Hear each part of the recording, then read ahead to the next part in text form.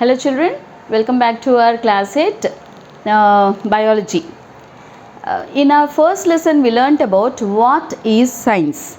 What is science? Today in our second lesson what are we going to learn about?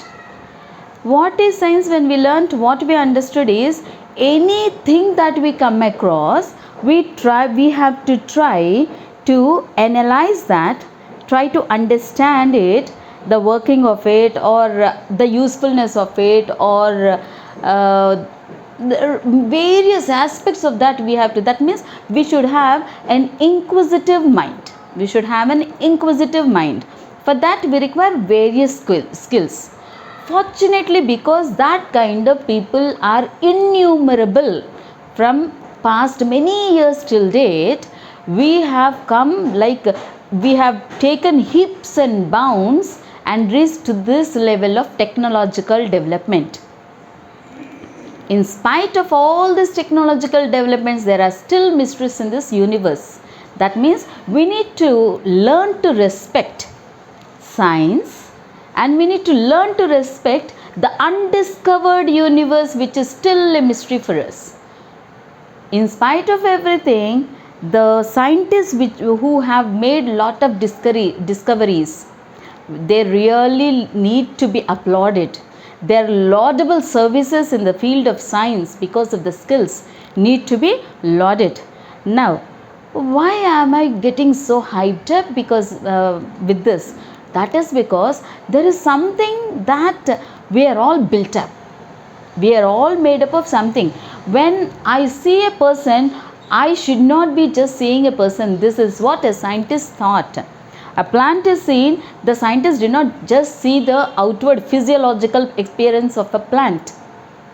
If we simply saw that, we would not have made this kind of a development in our studies. This kind of knowledge we would not be getting. See, knowledge is not just for the gaining some kind of to show off that yes, I know something. Knowledge is for you to enjoy what the nature is giving you with a lot of understanding. See, you can enjoy something only when you know when you have a complete knowledge about it. For example, your mother prepared biryani for you, and she tells you to close your nose and eat. What is the fun in that?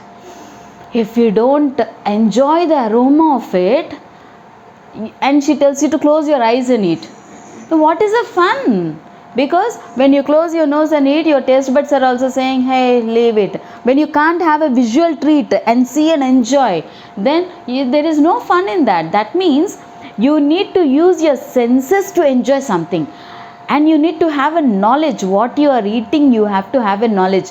Hey, mummy prepared the chicken biryani that I asked for, and she prepared in such a way that I like it.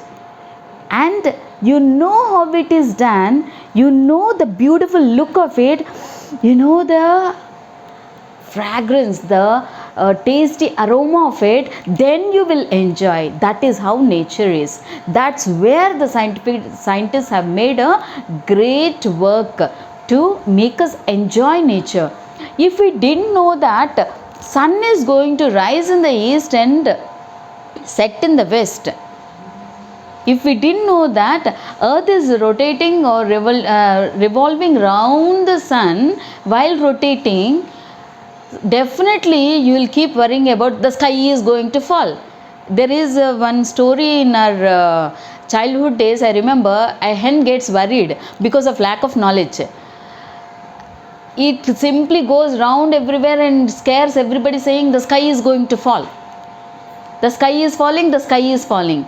Like that, if you don't have the knowledge that the earth is revolving around the sun, and because of various aspects the earth is not going to fall off, or the sun is not going to fall off, or not the stars which are seen beautifully twinkling in the night sky going to fall off on your head.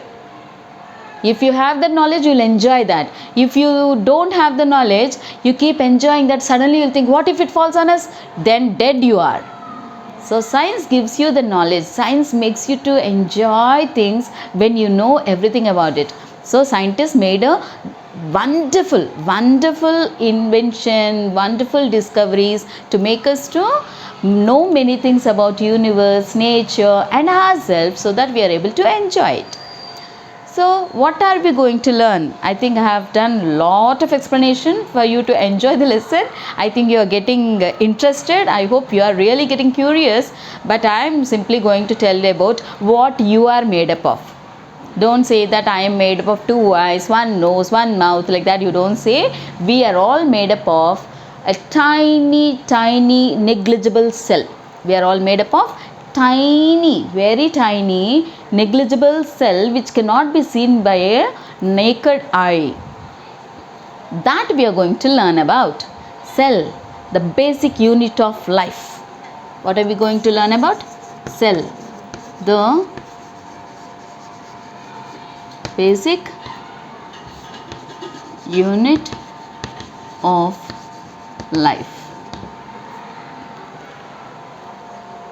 What does it mean? First we have to know everything. No, don't ever take anything for granted.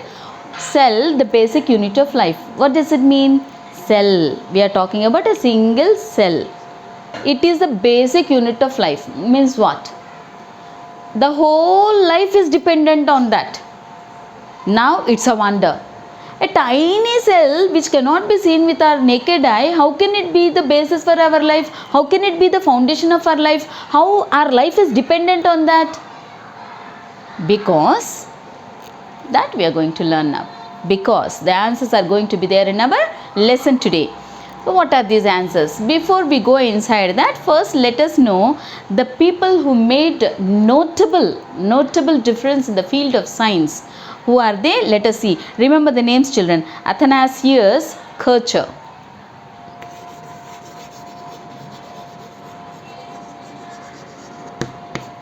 Athanasius Kircher.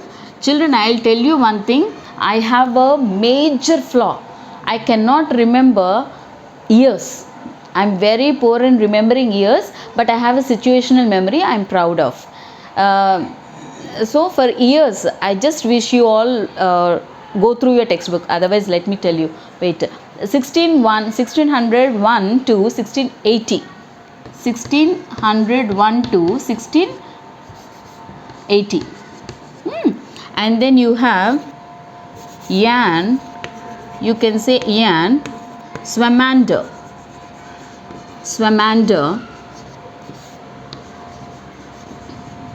Again, years problem. What is it? 1637, 1680. 1637, 1680.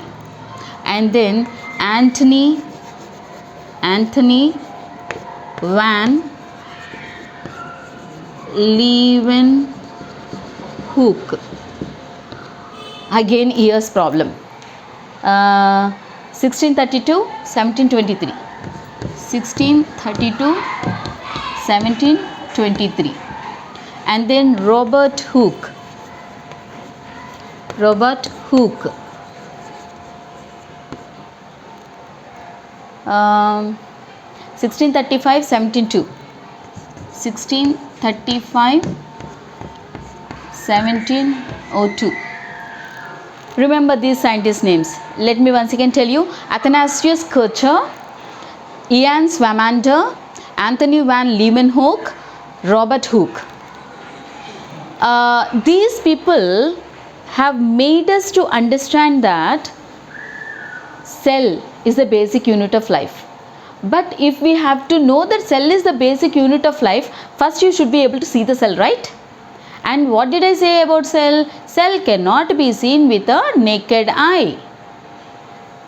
It is so tiny. Then how did these people make that invention or discovery? They made it through in our first lesson, what did we learn? They made through asking questions. They asked questions. Are we directly made up like this? If we are all made up like this, then why we are like this and something else is like that and something else is like that? And suppose an injury is there, why we are bleeding and again after few days it is getting recovered? Something is happening there. This kind of questions. And then hypothesis. Oh, maybe it is not a complete thing. A small thing is there which is making it up. So those small things and that kind of questions, arising questions, help them to understand. For that, he,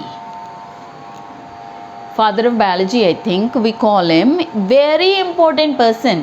Why he is very important person is, he is the first person who tried various lenses. I hope you all watched Bahubali.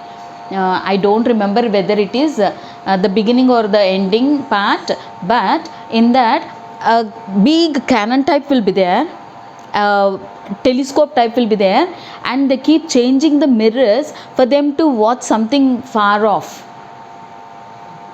Who gave that idea? First idea, such idea is given by Antony van Leeuwenhoek. Very special person, you can never forget, you shouldn't ever forget. He made things possible for us to observe small things like that. How? By using magnifying glasses, various shapes of glasses he noticed, and through that he understood that small things can be magnified and we can see. And what else did he notice? He noticed that in a drop of water there is millions of life possible. In a drop of water, millions of life is possible. He observed that red blood cells are having their own way of life and death also. So he observed that there are some tiny creatures, and later he understood they are bacteria.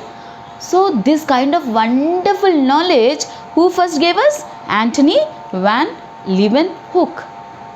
And then why are we supposed to learn about Robert Hooke? Robert Hooke is the first person who made the discovery of the cell. So let me once, I hope you remember this: Athanaeus Kircher, Ian Swamander, Antony van Leeuwenhoek, Robert Hooke. Okay, these are the scientists you need to remember when you are thinking about a cell.